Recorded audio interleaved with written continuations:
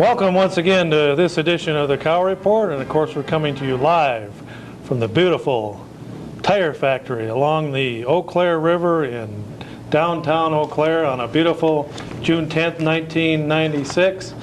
And boy, oh boy, do we have a lot to talk about tonight. And as usual, with me is my rusty, trusty sidekick, Fred the Truth Stafford. Hello there. Glad to have you back, Fred. And as you know, Fred, the Loyal Order of the Raccoons is now in session. Yes. All right. Okay, well, as usual, Fred, we've got a lot to talk about, and we've been doing this show now for what, about 20, 25 years, something like that? Good. All right. Well, Fred, you know we get email on the show here, and we're always going to be putting up the email address here in a few minutes, and we'll be giving you, yeah, there's my email address down there, and that's COWS@discover-net.net, and you can write to us and tell us what you think about the show, or ideas for an upcoming show, or just whatever you want to say. And we get plenty of letters, Fred, and I got one here tonight from our last show. Yes. When we had Lorraine Lee on, and it goes like this. Dear Chuck and Fred. That means you, Fred. Yes. It gets rather tiresome when Mama Beehive, Lorraine Lee in parentheses, takes up your precious time by spouting off on the same old things. Because she didn't accomplish anything within the city council, along with the six-pack except status quo, she got voted out. Thank God for change. The young gentleman who replaced her on the county board seems to listen to his constituents and values their opinion instead of already making up her mind. Concerning the arena, instead of complaining about it, why not help find a solution? Instead of already deciding the outcome before all of the facts are in and putting words in other people's mouths. Do something about the problem instead of the same old claptrap. Thank God there are those on either the county board or the city council that are willing to help the city grow instead of stagnant as it was during Lee's era. It's like listening to the same record over and over and over. Eventually you will fall asleep. Wrap it up and put it somewhere where the dust will collect over it. And that was from somebody on America Online on email, Fred. I won't give their first name. But there you have it. So we get good mail and bad mail, Fred. Yes. But we let them, we take them as they come, and on the bottom of your screen there's our email address. If you'd like to let us know how you feel. All right, Fred, on this date in history, of course today is Monday. Yes. June 10th. It's already the 162nd day of the year. Isn't that amazing, Fred? Yes. 44% of the year is gone. And today is Portuguese National Day, Fred. Welcome. Huh? Welcome. All right. U.S.-oriented information. Important days are Father Day is 6 days away. Flag Day is 4 days away. Yes. And the 220th Independence Day is only 24 days away. So Fred, on this date, back in 1977, this computer company shipped its first Apple II computer. Which company was that? Apple. The Apple II. Apple II. That's the Apple company. Apple computer, that's right. That was 19 years ago. Boy, computers and technology have come a long way in those 19 years, Fred. It's amazing. And also on this date in 1977, Fred, your good buddy James Earl Ray escaped from prison. He did? Yeah, that was 19 years ago. Remember when he escaped from the Brushy Mountain or whatever it was down there, and he was free for a couple days? Of course, the folks out there know him as the assassin of Martin Luther King. All right, Fred. Well, boy, have we got a lot to talk about tonight. And if you got a little shorty there to start out the show, Fred, something that's only going to take about a paragraph. Well, I got something here to read to you, and this is from the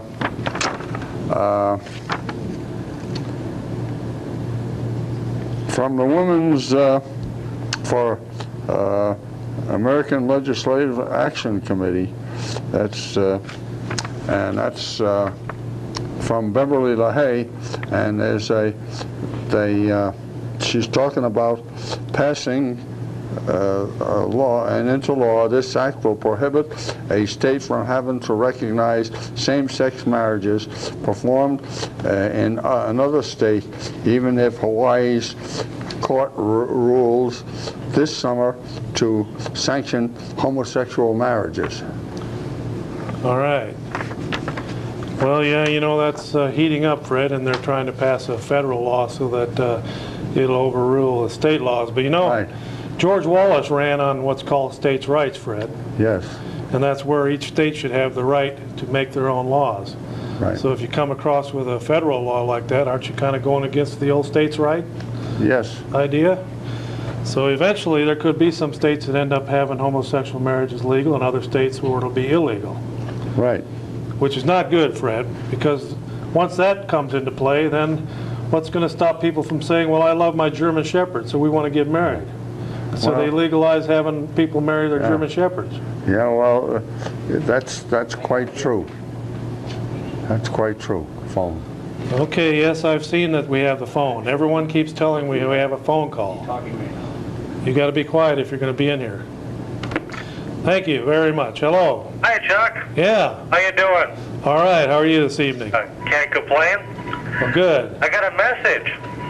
Sounds like you got shortwave in the background there, or Well, never Morse mind that. code, Morse code or something. Okay, I have a message. Yeah. One of your viewers. Pardon? To the common man. Oh. If he's watching, what I want him to know, since he no longer does a live show, so I can't call him personally, that V. Mars still rules at Omni Racetrack. All right. Mars still rules at the racetrack. Still rules. Well, we'll pass that on to comment. I'm sure he's watching. Thank you very much. All right, okay, all right, yeah. Well, you can see that sometimes this show deteriorates into an answering service for other shows, Fred. Yes. So we have to be mindful of that and watch out for that. Well, Fred, you know, I had something on that same-sex marriages too, and it's families should not be forced to fund conduct unbecoming to our national heritage. All right, okay, yeah. Well, we're getting a lot of phone calls here tonight, Fred. Well, you know, Fred, on this show from time to time we bring up ideas and a lot of times they come to pass. You know, for years we had the campaign against smoking and complaining about the Leader Telegram having all of the tobacco ads. And you know, it's been several months now since I've seen an ad on Leader Telegram, but they weren't the only violators. There was, you know, the billboards have it all over, and back when we started, they still had cigarette machines all over the town where where kids 10 years old, if they had enough coins and they could reach a slot, they'd put it in there and get their cigarettes and go around the corner and smoke their pack of cigarettes. Well, we fought against that, and they passed a law in this state against that. But back several years ago, Fred, I testified before the city council on a curfew law. Yes. And now, lo and behold, who's pushing curfews? The president. The president is pushing curfews, 8 p.m. child curfews, Fred. Yes. And the bill that I introduced in the city council, or asked that it be introduced, and I testified on it, was not as strong as what Clinton's asking for. But everybody naysayed it around here. All the Democrats and liberals said, "Oh, you can't do that to our poor children. You can't make our children be in the house by midnight during the week. That's cruel and unusual." Well, now your president is saying that during the week they should be in by 8 o'clock. Children under 17. So there we have another issue coming to pass, Fred. All right, well, we're going to take another phone call here, and then we'll see what Freddie's got over there in his bag of golden opportunities. Okay, go ahead, caller. You're on the air.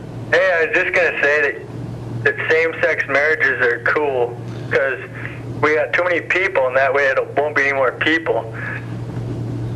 Yeah, that shows you how... What does God say about it? I don't know. Have you talked to him? It says, "Thou shalt not lie with another man or with another woman." Yeah, if you're married to him, you got to stick with who you're married with. And so Yeah. apparently God doesn't approve of it. No, he just doesn't approve of cheating. He doesn't say anything about homosexuality. He does say that you shalt not lie with another man or with another woman. Well, so I can't lie with any women? No, not you, but a man can't lie with another man, and a woman can't lie with another woman. Well, it didn't say that, though. It just said lie It with another says man. that in the Bible. What? It says it in the Bible. Right, I can't lie with another woman. Another man, M-A-N, and a woman can't lie with another woman. If you're married to a woman, you can. You can't lie. I can lie with a couple women? If you're married to a woman, you can lie with her. Yes, Yes. That's why God created man and woman, right. and he told them to leave their mothers and fathers and join and be one, Fred, Yes, to let no man separate them. And of course, with a 50% divorce rate, that one went out down the tubes too. All right, Freddie. Well, things are heating up around here. Of course, we have Roy Rogers Hoff engineering in the other room, and of course his great-great-granddaughter was Calamity Jane on his mother's side. yeah. All right. Thought we'd just bring that in there. Of course, this isn't the Common Man show, so let's get back on track here and keep this show as the Cow Report. The Common Man has his own little ding-dong show over there on that other network, Fred. This here is the Cow Report on Channel 11. We're in the big time now. Yes. All right. Okay, and it looks like we have another phone call there, Fred. So did you find your paragraph there? Well, I you wanted to bring up? It's about the con-con. In other words, they vote here. That's to change the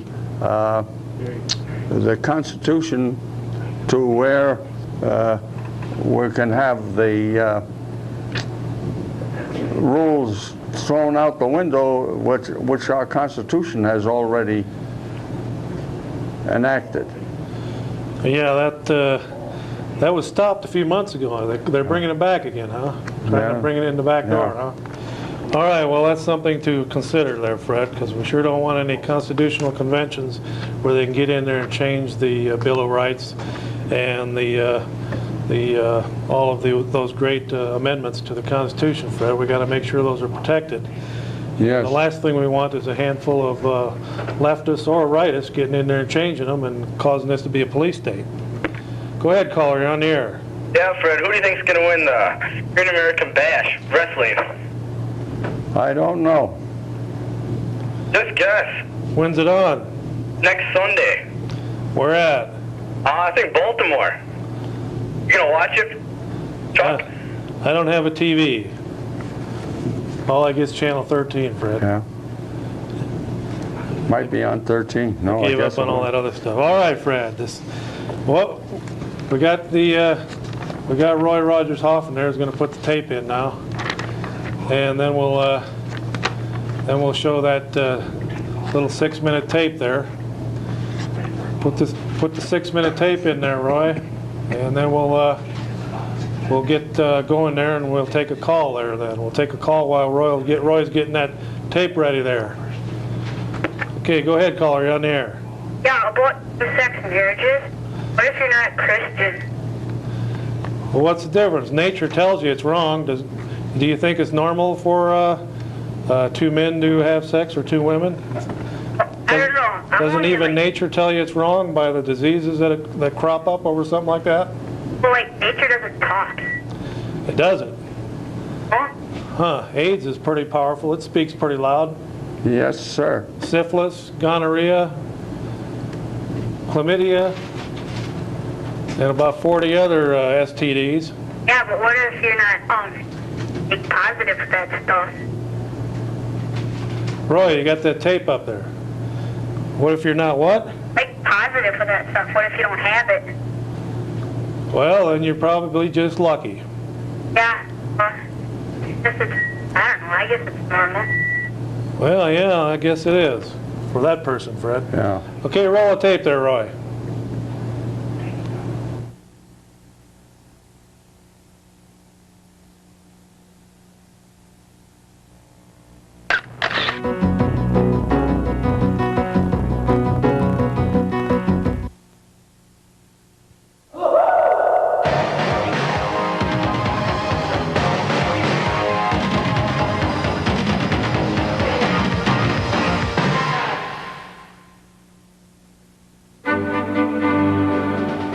Washington, D.C., the nation's capital. Every year during April, thousands of tourists come here to see the cherry blossoms. They also come to see Washington's magnificent architecture and monuments to the nation's leaders of government, industry, and the arts. On the weekend of April 13th and 14th, 1996, two federal buildings were sites of two celebrations of which few Americans were aware. The Andrew W. Mellon Auditorium is named after industrialist and art collector Andrew Mellon, who donated much of his fortune to help found the National Gallery of Art. On the afternoon of Saturday, April 13th, preparations were underway for what was advertised in homosexual publications as the Cherry Jubilee Main Event Party, to be held in the Mellon Auditorium across the street from the Smithsonian Museum of American History. That evening, the dignified auditorium, which was built in 1935 and has played host to presidential events, took on a different cast. It was bathed in colored lights to create a rainbow flag, the symbol of the homosexual activist movement. Inside, thousands of half-naked men danced and writhed in the main floor of the auditorium. The event, sponsored by two AIDS activist organizations as well as several local businesses, also had support from major corporations: American Airlines, Snapple, American Express, Starbucks Coffee, and Miller Beer. The party lasted from 9 p.m. to 6 a.m. Throughout the evening, limousines dropped off many of the participants. As the evening wore on, the dancing became more lewd and suggestive, with some dancers simulating sexual acts and others shedding clothing. Just off the dance floor, at least one couple appeared to be having oral sex. In the darker corners and in the restrooms, men met to have sex with one another. Restroom stalls were occupied almost continuously with 2 men at a time, and the sounds coming from them indicated that cocaine was being snorted and sex acts were occurring. Outside, in an alley next door, men disappeared into the darkness in pairs.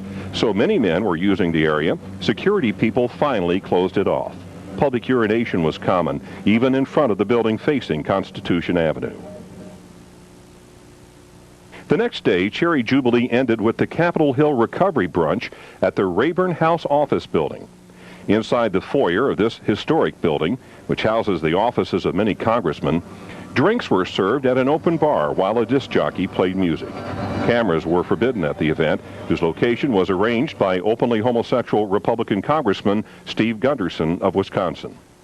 According to a homosexual publication, the weekend events raised $56,000 for two Washington-based AIDS groups, Food and Friends and the Whitman Walker Clinic. Whitman Walker Clinic, which treats people with AIDS, also hosts meetings for gay political activists and promotes such causes as lesbian parenting. The clinic, which is supposed to discourage unhealthy activities such as occurred during the Cherry Jubilee party in and around the Mellon Auditorium, advertises routinely in the Washington Blade's Lights Out section, a supplement that features ads for strip clubs, bathhouses, phone sex, prostitution, and orgies. In short, the type of unsafe sex that has led to the tragic epidemic of AIDS among homosexual men. The Cherry Jubilee was not the first time that the Andrew Mellon Auditorium has been used for a homosexual activist event. In 1993, during the Homosexual March on Washington, the auditorium hosted the National S&M Leather Fetish Conference. The event celebrated sadomasochistic sex and featured virtually naked men being led around in dog collars by their dominant partners.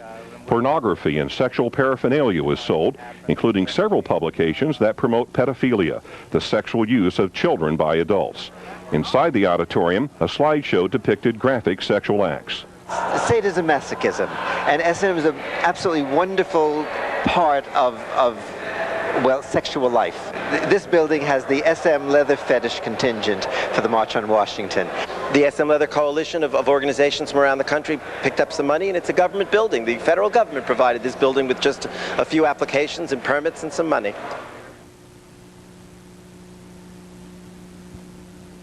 Americans who have become aware of these events have these questions. How could taxpayer-supported federal buildings be commandeered by homosexual activists for their activities? Why did the activists choose the federal buildings when they could have rented any number of other places to hold these events?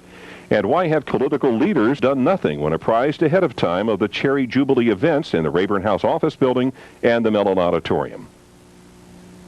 It's time that people knew how their federal buildings are being used for celebrations of homosexuality, dangerous sexual activities, and the taking of illicit drugs. It's also time to ask why corporations are lending their good names to this radical agenda, and why America's political leaders are standing by doing nothing.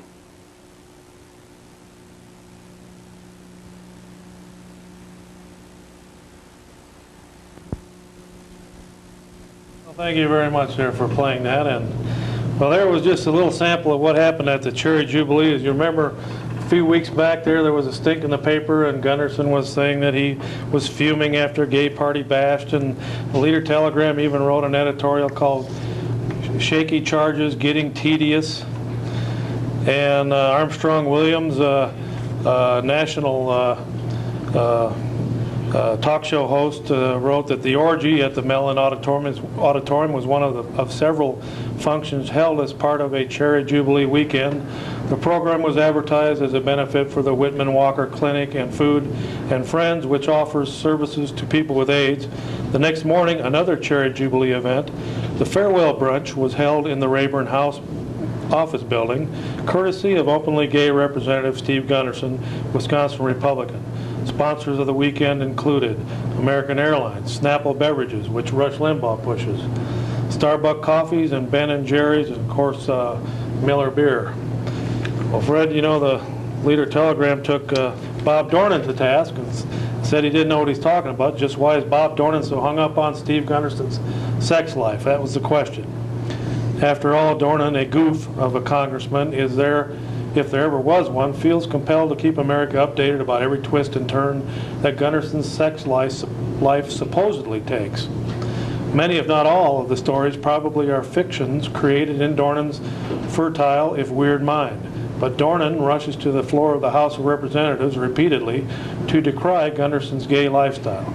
This is all becoming very tedious. Who doesn't know by now that Steve Gunderson, a Republican from Osseo, is the only openly gay Republican congressman? And just what does that little tidbit have to do with how Gunderson performs his job? Was the progress of a new dairy bill affected one whit by the fact that Gunderson is gay? Probably. Yes. Leader Telegram says, of course not. But don't try to tell that to Dornan, who represents a conservative GOP district in California. I'll tell you, he also represents a large Vietnamese population in California, in his district. It's not only just conservative, it's a mixed, very mixed district. The man is obsessed with Gunderson's lifestyle. The latest installment in the Dornan-Gunderson saga broke this week. Gunderson told his colleagues that he took umbrage at allegations Dornan published in the Congressional Record concerning recent gay gatherings in a federal office building. Dornan cited an article by a freelance writer who took that videotape, there his name's Mark Morano, that said the events from April 12th to 14th were replete with illegal drugs and sex. The article by writer Mark Morano details lewd dancing, nudity, illicit sex, and evidence of illegal drugs taking place in an auditorium at the Department of Commerce. And of course, this is a family show, Fred, so we couldn't show you all the footage. We just gave you a taste of what was going on there. This thing ran from like 9 o'clock at night till the next day about 8 in the morning. This thing was almost 12 hours long. Gunderson said he had nothing to do with the illegal activities that writer Mark Morano says went on. There is no evidence by anyone, including all security personnel and authorities at the Department of Commerce, of any illegal activity, Gunderson told his colleagues. Gunderson said he was a host for a Sunday brunch, which he attended, but was not a sponsor of the weekend. The gentleman from California has every right to dislike me if he so chooses. You know, Gunderson's used that with everybody for the last 20 years that attacks him. Yeah. He says, I'm innocent, and you have all the right to dislike me if you choose. But he has no right to misrepresent the facts, nor the motives of others in this, his latest attempt to smear the gay community. Dornan has declined to comment on Gunderson's charges, and we are not surprised. It's probably because he was conducting business on the House floor and didn't have time to talk to some Journal Leader Telegram editor that was going to attack him. Yes. He is at his best as a sniper, hiding in the wings, taking pot shots. Yes, thank you. Taking pot shots at whomever doesn't behave exactly as his fervent right-wing philosophy dictates. Dornan, who created nary a ripple as a presidential candidate this year, truly is a wonder to behold. However, just how this bigoted, homophobic politician remains in office is incredible. What's so incredible about it, Fred? Your polls show you that most people don't agree with his lifestyle. Yes. So he's just mirroring America. We can only hope that his California constituents finally send his political career to where it belongs, a scrap heap. And we can only hope that Dornan eases up on Gunderson as the veteran legislator plows through his final term in office. He has much to be proud of and certainly doesn't have to defend his reputation to the likes of Dornan. What does he have to be proud of? He has nothing to be proud of. He's been an ineffective congressman for almost, 16 years. What's he done in 16 years except say, quit picking on me? All right, Freddie boy. The Congressional Quarterly. Bob Dornan entered a speech, and it's very lengthy. It's about 3 pages long, so I won't read it. But that was entered in the Congressional Record. And of course, Gunderson also fumes. He denies links to events, says there were no illegal drugs, sex.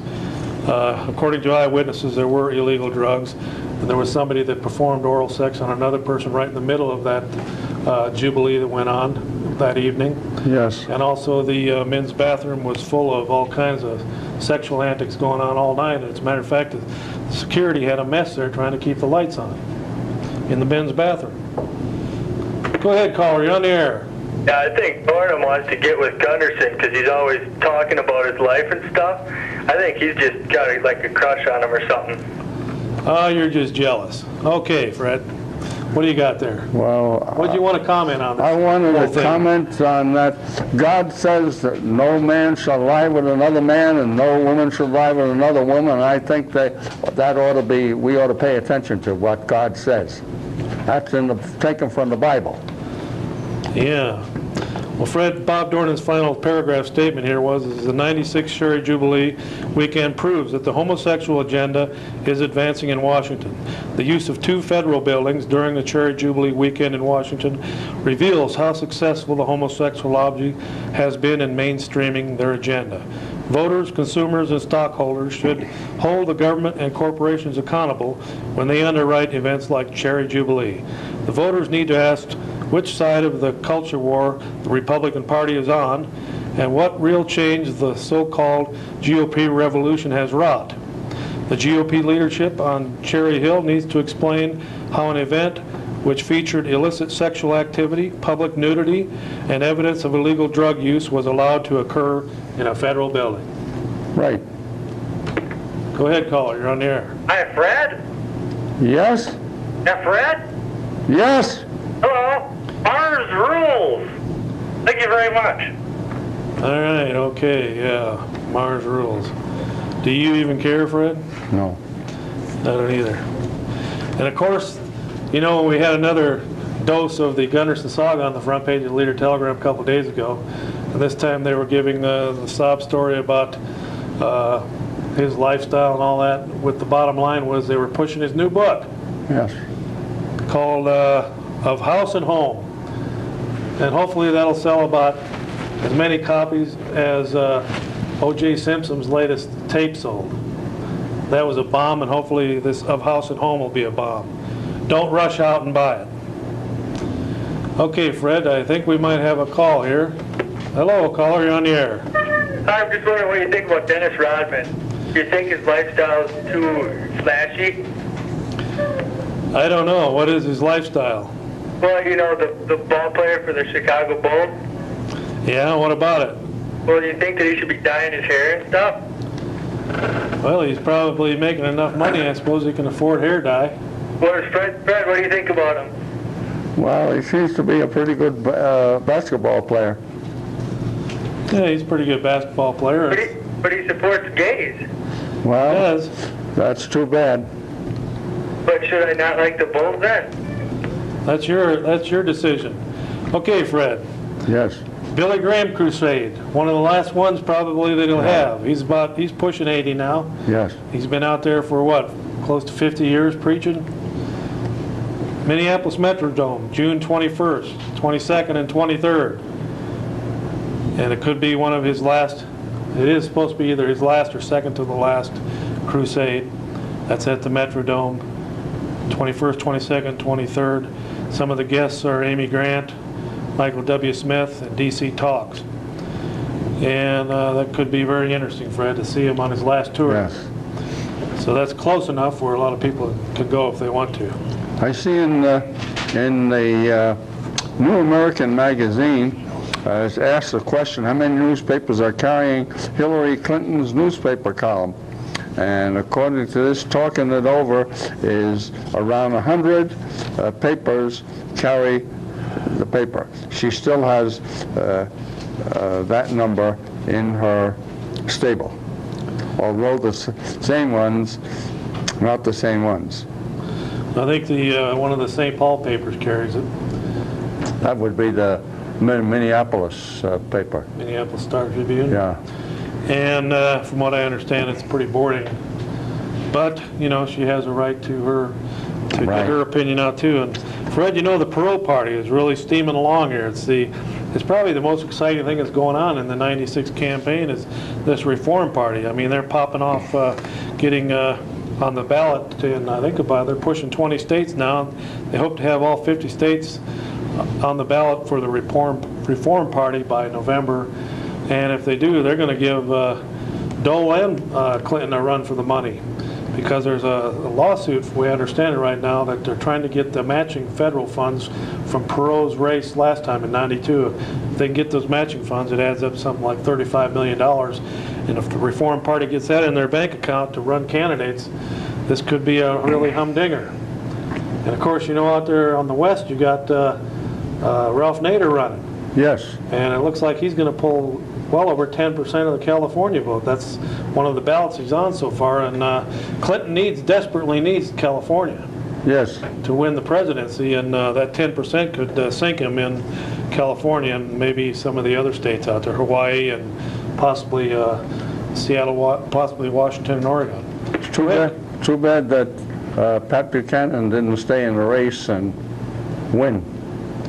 Well, there is some talk that he could still bolt the party if things go sour at the convention coming up here, and then we would have a Republican, Democrat, Reform Party, the Green Party with what's his name, Nader, and Buchanan possibly on the U.S. Taxpayers Party. We'd have a five-way race, and it could end up in the Electoral College. House of Representatives. Hello, caller, you're on the air. Hi, Yes. I'm gay. So, what do you want? I have AIDS. I'm sorry to hear that. How did you get it? Homosexual activity. Well, Well, I'm sorry to hear that. I'm sorry that you listened to the brainwashing from the media and from your schools and all the propaganda that you got as growing up, that thinking that gay was good. And you know, homosexuals are created that way by the propaganda that is foisted upon them, Fred, over a lifetime. They're not created that way at birth. They're created through the propaganda that continually is bombarded on them. And of course, Fred, you know, there was one that they won the other day. It's called Gay Rights Ruling Zaps Many Laws, the Supreme Court. yes. That Supreme Court ruling, 6-3, invalidated a '92 Colorado constitutional amendment that, in the court's words, was based on animosity and imposes a special disability on homosexuals in order to make them unequal to everyone else. So they say that could open the door for the same-sex marriages, Fred. So it's going to be interesting to see what happens there. So we'll take a call, Fred, and see what happens while you're getting ready for your next paragraph there. Go ahead, caller. You're on the air. Hi, Chuck. Hello. Fred. Hi.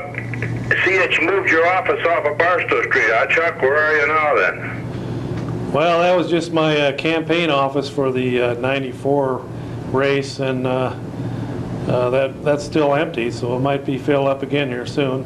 Yeah, I was wondering now, you've been arguing back and forth about arenas and library improvements and stuff like that. Do you know what they really need? They need a post office in this town.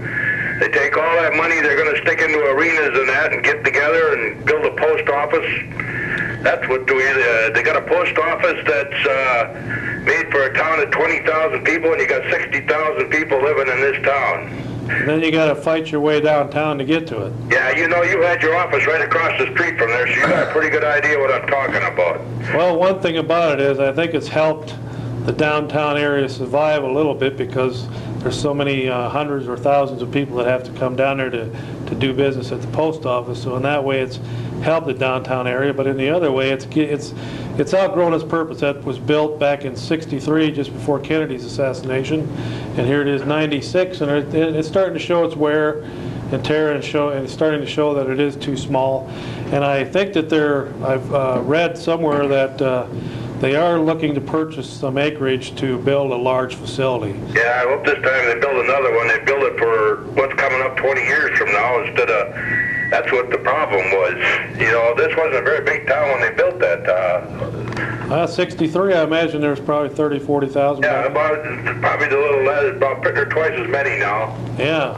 Yeah, I know your office was down there, and you could see all the troubles they have coming in and out of there. And yeah, there's always some wrecks going on right around there. People pulling in the wrong way or pulling out, and they're kind of blindsided. Well, I think they need that a lot more. They need any arenas or any of that kind of stuff. You know, that's something everybody's going to get use out of. Well, of course, you know, that's funded federally. The United States Post Office and the arena will be funded with taxpayers, local taxpayers' money, and some kind of room tax or a 0.5% sales tax. But the bottom line is, you, the homeowner, are going to get stuck once again. And I'm surprised there hasn't been a revolution in this state, because we've had liars in Madison telling us for 20 years that they're going to cut taxes and make this a utopia. And it's just that it's still one of the top 3 tax hellholes in the country.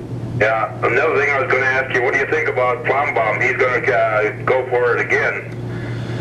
Well, you know, I heard that, watched his little bit of a speech on TV tonight, and I think that, you know, you can't condemn anyone for forever. You know, he's a good guy in that. He's made mistakes. He's had women troubles and all that stuff, but you just, like you say, you can't hold that against the guy for...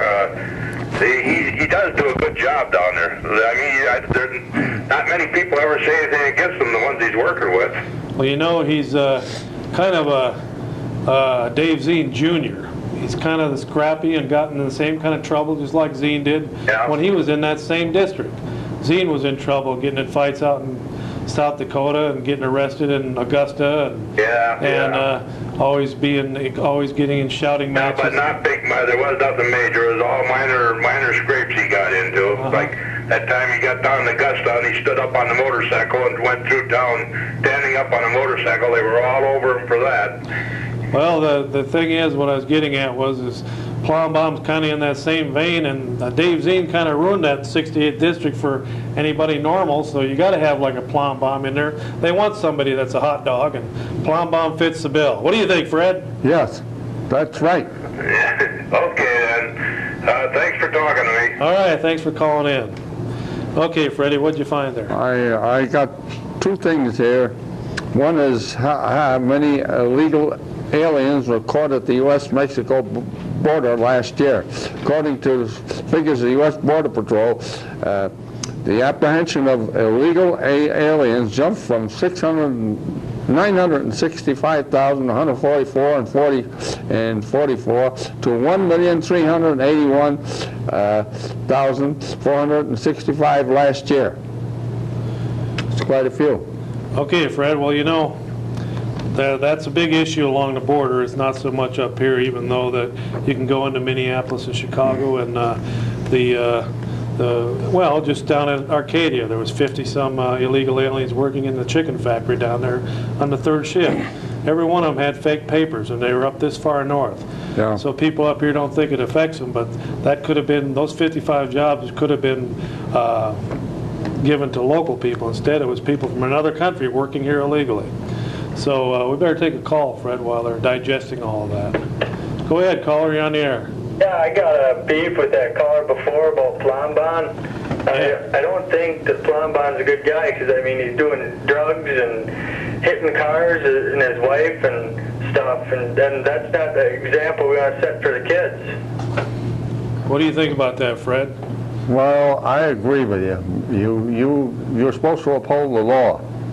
I mean, nobody's got a beef with him, but what's he done, you know? He's just been down there laying low because he knows that they're going to bounce him out of there pretty quick if he doesn't clean his act up. Well, he's pretty well survived all of the troubles he's gotten in so far, and he's kept pretty quiet now for the last year. We haven't seen. Well, yeah, but that's just a year. A lot of people do it for their whole life, keep clean. They don't got to be out there running around doing that stuff. How come? Well, it helps to have a Democratic state's attorney up there to cover up your pile and bury it too, you know. But you're up there defending the guy too. Yeah. Who? Me? Yeah, you're saying they hot dogging and you gotta give him a break and everything. Well, give him a break, leave him alone, but he ain't gotta represent us. Well, I think that it still is going to come down to the issues and what he's for and what he's against. Things like abortion and taxation and schools and, you know, the issues that affect people in the 68th district. That's what it's going to boil down to. Yeah, they gotta stop him from doing all that bad stuff so they can get a look at what it is all about. But I'll tell you one thing, and I said this on the air back when the Republicans took control of the House and the Senate down there in Madison. I said that they're not very good at ruling. They're not very good at legislating.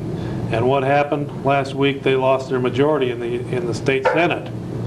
And now the Republicans, Dave Zine is no longer the chairman of any committees. He's relegated back to minority status. And the same thing will happen to the state assembly in November, because they're just not that good at legislating, Fred. They had the three jewels down there. They had the Senate, the House, and the governor's seat. They could have rolled back taxes. They could have did 100 things to make it more palatable to live in this state. And they twiddled around and gave corporate welfare to the millionaires down in Milwaukee with that the big arena they're going to build down there for the Milwaukee Brewers. Dave Zine voted for it. He was the only one up here in this part of the state that voted. Rob Krybeck said, "How can I vote for that when I got farmers up here going bankrupt and can't stay on their farms?" That's the way Dave Zine should have said it. Instead, Dave Zine went with gave corporate welfare down there to the rich in Milwaukee. What do you think about Governor Thompson then? You don't like him?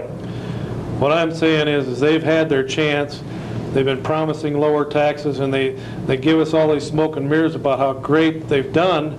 But the bottom line is, you've still got a state income tax, you still got a state sales tax, you still got one of the highest real estate taxes in the country, and a lot of other taxes that are high that makes this in the top 3 to 5 of the tax hellholes in this country. And this is after years of a Republican governor, and after at least 2 years of a Republican House and Senate. Didn't Thompson say he's going to go for a flat tax for the farmers, though? They had it, but now they blew it. They can't get it through now because they don't control the Senate. Well, why? How come you're for the Democrats and they're not putting it through? I mean, that's a good thing, isn't it? The Republicans had control of the House and the Senate under. They're the ones that rule what bills come to the floor, what gets voted on, what gets killed, what gets buried in committee. They had that control for the last 2 years. Well, that's not that long a time, though. 2 years is plenty of time. You should see what Engler's done up in Michigan. He's cut taxes at least 20 times up there. And how long? In just 2 or 3 years. Oh, that's pretty good. They could do the same thing down in Madison, but instead they're worried about what the state song is going to be, whether it's going to be polka or country and western. That's the kind of idiots we got down there. They blew it, and that's why they're not in power today. And the Assembly's not going to be in power in November, probably because of the same way, because they didn't deliver. Well, yeah, yes. Are you for the polka or the country western? Well, I kind of like polka music. I personally know the Szymanski Brothers Polka Ballroom down in Milwaukee, and we're strong supporters of them here on the Cow Report. Yeah, I like the polka too. You can kind of dance to it better. But I whoop it up a little bit. But I'm not happy with They had 2 solid years down there that they could have rammed through all kinds of things, and Thompson could have signed them. But instead, they twiddled their thumbs around about this school funding thing. Yeah. And that the Democrats came up with that idea, and it blew the Republicans out of the water. They were in shell shock for a couple of months before they regrouped and figured out what to do. Yeah. But I'll tell you, that Brewer Stadium down there, a lot of people could care less whether the Brewers stay in Wisconsin or not. And if they do stay, and we're going to pump over $200 million into that stadium and into that ball club, it should be called the Wisconsin Brewers, and it should be owned by the taxpayers of this state, because they're the ones that are getting stuck with about 75% of the bill on this thing. I thought that Miller was paying for like 25 or for a bunch of the stadium though. Bud Selig is an owner of a baseball team. He can't make a go of it, so he wants to stick the taxpayers of Wisconsin with it. And then people like Zine and that PTAC voted for it, and you saw what happened to PTAC, and the same thing could happen to Zine in 2 years. Yeah, but Selig, he's got to just do one thing. He's trying to be commissioner, and he's just got to concentrate on the Brewers, get them back in the winner column. Yeah, let them fill up the old stadium before they worry about building new ones. Yeah. Besides that, they don't have their heads screwed on straight anyway. You got the Green Bay Packers and you got the Milwaukee Brewers. So they both should be playing out of the same stadium. There should be a dome stadium for all weather, like the Humphrey Dome over there. So you can get the maximum use out of it, and you can use it for other things in the wintertime. Well, you can't bring the Packers into it. I mean, they're selling out for 20 years now. It's going to be 20 more. Well, they could slip 2 or 3 games down there. They got a 16-game schedule. They could put a couple of them in Milwaukee. But with a dome stadium down there, they could do a lot more than what they're planning on doing. And but the thing is, Selig should take his $50 or $20 million he wants for that team. What the state of Wisconsin should do is just buy his interest out and then go from there, instead of all of this corporate welfare to one rich guy down there. Well, if they buy it out, though, it's going to cost the taxpayers money then, too. We should own it. The Senate voted to just hand all this money over to Selig and the team down there to build. Plus WEDA, which is a state government agency, Wisconsin Housing and Economic Development, they're going to give them a great big loan to help build it. Most of that money, 75% of the money, is coming from the taxpayers of Wisconsin. So they should own 75% of the team. And then, like, how would they choose, like, who to hire and stuff, though, for manager and players? Just like any team does. If you don't cut the mustard, you're gone. What do you got to say about it, Freddie? Right. I agree with you there. On everything? Yeah. How about them bums down there in Madison, Fred? They had 2 years to Yes, I agree with you. get in gear, and they blew it. So, Fred, do you think the Democrats are the way to go now?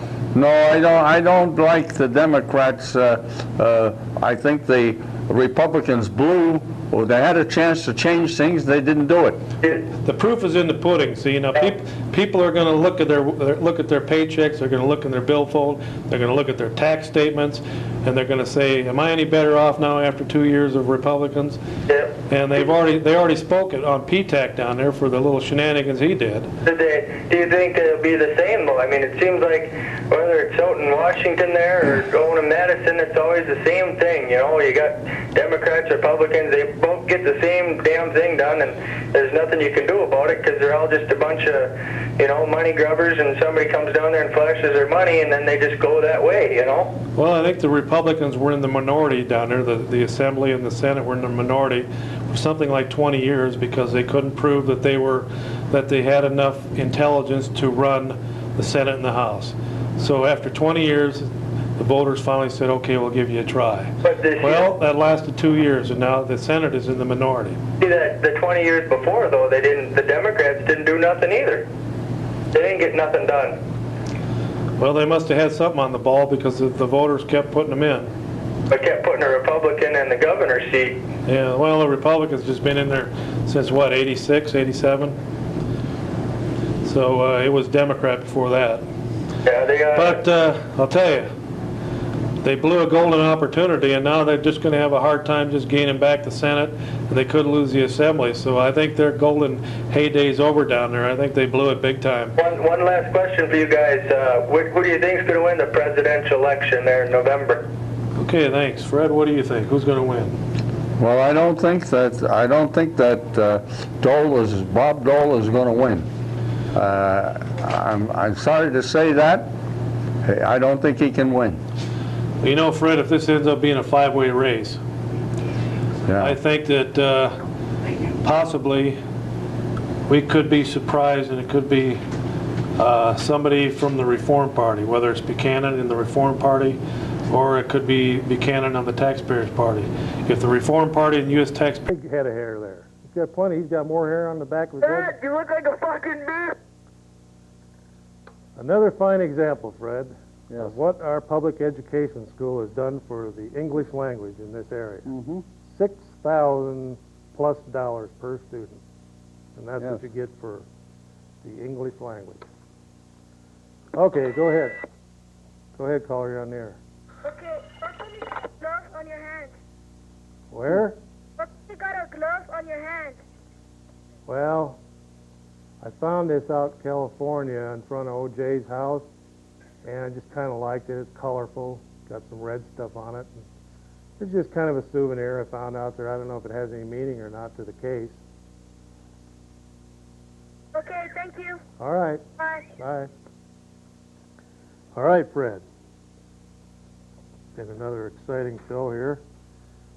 So what do you got there for a shorty before we take another call? Black conservative student threatened. A reporter for the student newspaper of the University of California was forced to resign and is under police protection after receiving death threats for his conservative political views.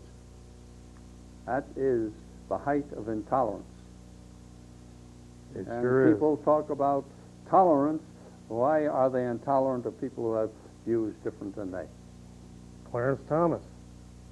Look what they did to him. He was a 22-year-old Mark Hardy, a 22-year-old senior political science student, says he's afraid to walk at night on the campus after being threatened by other students. Political correctness knows no color barriers, Fred. Yes. Go ahead, caller, you're on the air. Yeah, Fred? Yes. What's that there plant behind you? What behind me? Yeah, that plant? Yeah. What kind is that? I think it's a weed, A weed? especially grown here in the studio of Public Access Cable 11. Oh, you know what, Fred? Mm-hmm. You're such a nice guy. Thank you. You and my grandma should get together sometime. Okay. Okay, see you later. Bye now. Unfortunately, Fred, you're married. I know. Happily married. Yes. You know, it's taken 10 years to grow that tree to that size, Fred. The Right. fluorescent lights have just kind of stunted the growth. No. All right, well, we're going to take one more call, and then we better get going here. We got a 5-minute film, and it's 5 till. Let's make it short. Go ahead, caller. I can't do it. Okay, let's run that film, and then we'll just come back and say goodbye.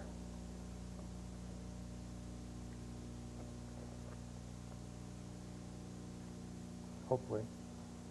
Race is different, I think, in terms of having Republicans, Democrats, Independents. We also have a U.S. taxpayer party candidate in the 3rd district. Chuck Lee will be on next. She's running an audience page through a newspaper right there. Yeah. Is that Well, I'm not going to beat around the bush about firmly. This is one of the main things that we need to deal with. sometimes My opponent, the incumbent, just recently in the last few days printed out 294,000 brochures at government expense and then mail them into the district. If I had to do that, it would cost me between $60,000 and $100,000, depends on how much I want to spend on printing. But the postage cost and the printing cost is paid by you out there, whether you agree with them or not. It's a propaganda piece. They say it's him telling about what he did in Congress, but actually it's a campaign piece. So, for term limits, you got to keep it down to 8 years. That way, you can blast them out of there, whether you want to or not. They've got to go. If you don't like them, it's too bad. The president only gets 8 years. Why not the Congress only 8? Now, we're getting ready to invade a little tin pot dictatorship down there in Haiti.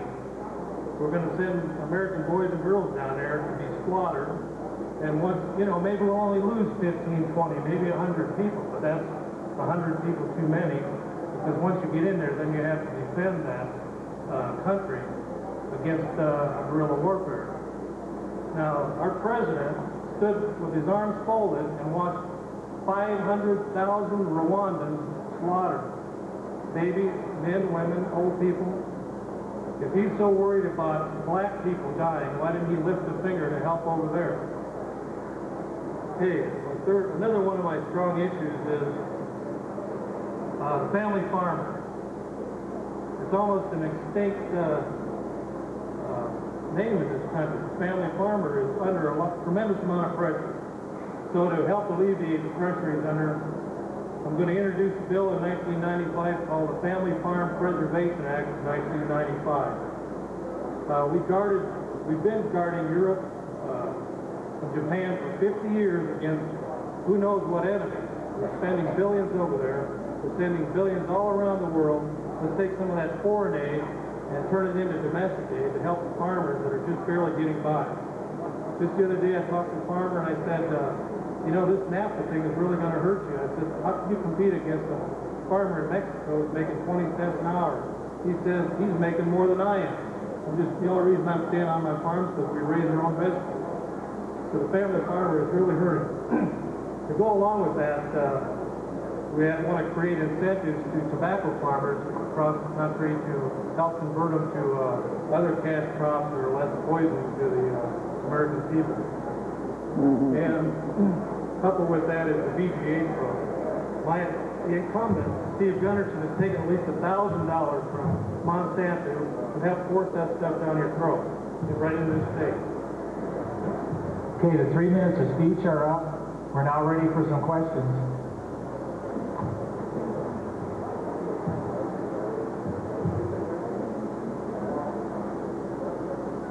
Well, for both the same question on the American people's rights to train their own children in education from K-4 all the way to the 12th grade. Okay, I got one of my planks, and it's vouchers and tax breaks for schooling. Homeschoolers, public, private, and religious schools should be able to divvy up that money. It's one big pot of money.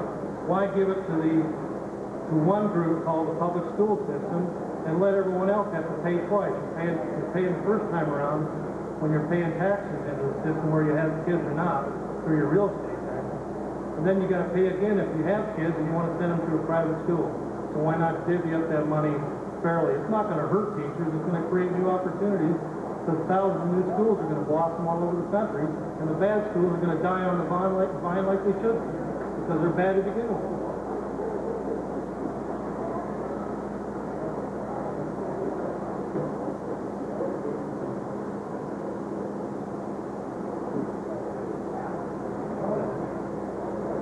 I think that's it.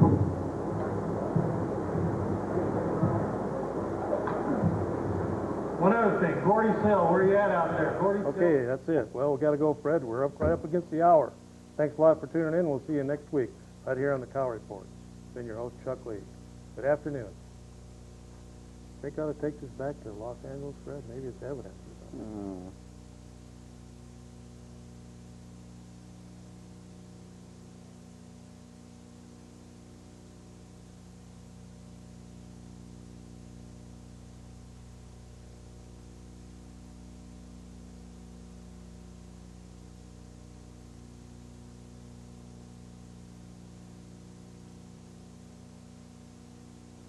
And Rod Ketter with sports.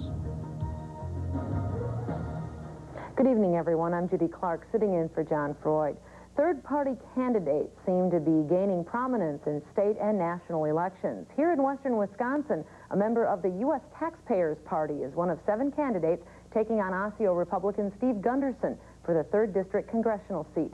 Tonight, News Center 13's Jody Weber profiles political candidate Chuck Lee. I think my chances are very good, and I'm running to win. Right there to lead for Congress. This is 44-year-old Eau Claire resident Chuck Lee, an antique and collectibles investor who's challenging 3rd District Congressman Steve Gunderson in the upcoming November election.